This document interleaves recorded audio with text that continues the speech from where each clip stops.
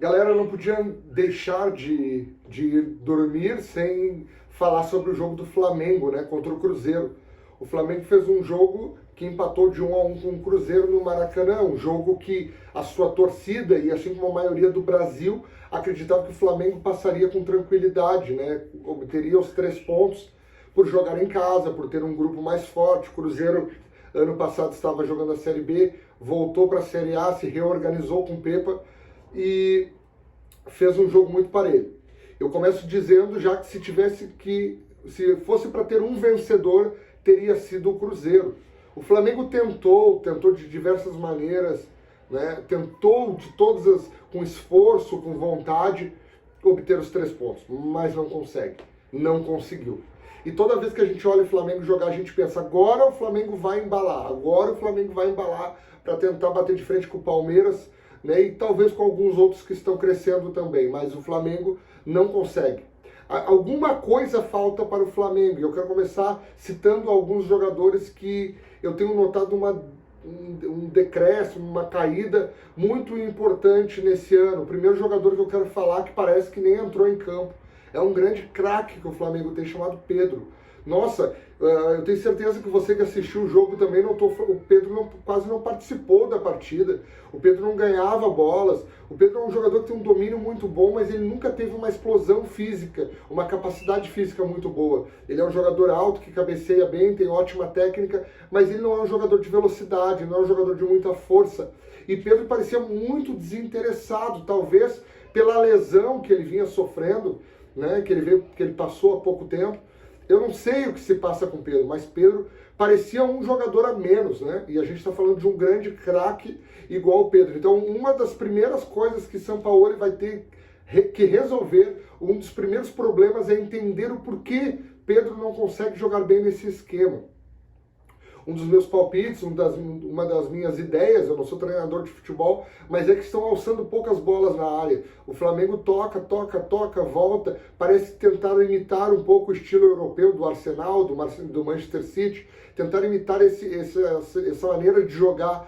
Mas não foi assim que o Flamengo teve seus melhores dias, porque antes jogava com o Bruno Henrique aberto, e Bruno Henrique ou finalizava ou cruzava, né? E hoje a gente percebe que são poucas bolas na área do Flamengo, e isso dificulta muito a vida do Pedro, que é um grande cabeceador. O segundo jogador que eu quero falar foi aquele que errou o pênalti do jogo hoje, Gabigol, um grande jogador de futebol, um multicampeão pelo Flamengo, um cara que, não tem o que falar em questão de títulos e de respaldo em tudo que ele fez pelo Flamengo, mas Gabigol parece um pouco fora de forma. Eu tenho um lance que me chama muita atenção, que faz eu respeitar e admirar o Gabigol, que foi um lance que o jogador Wesley se machuca e ele está no chão.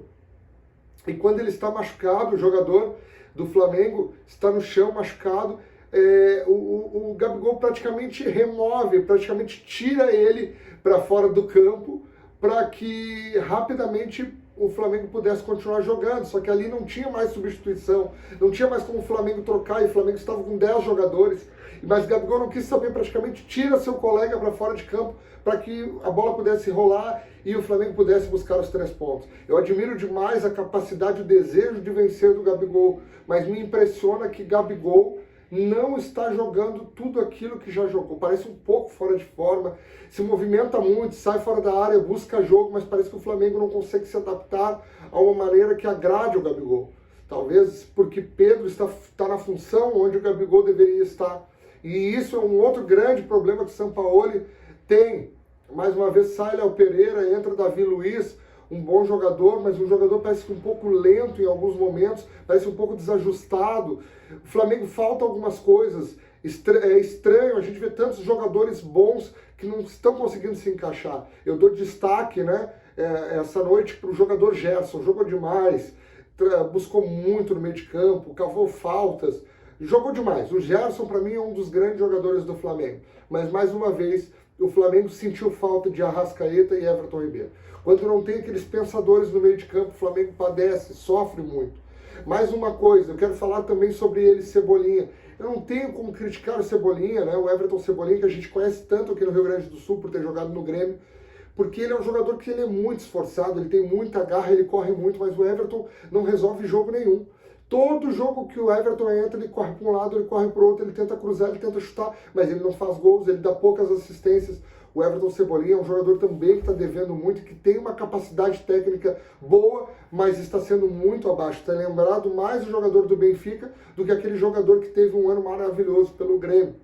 A questão que fica é, será que esse Flamengo está pronto para enfrentar o Fluminense, que parece um pouco mais encaixado nessa decisão que vem aí na quinta-feira?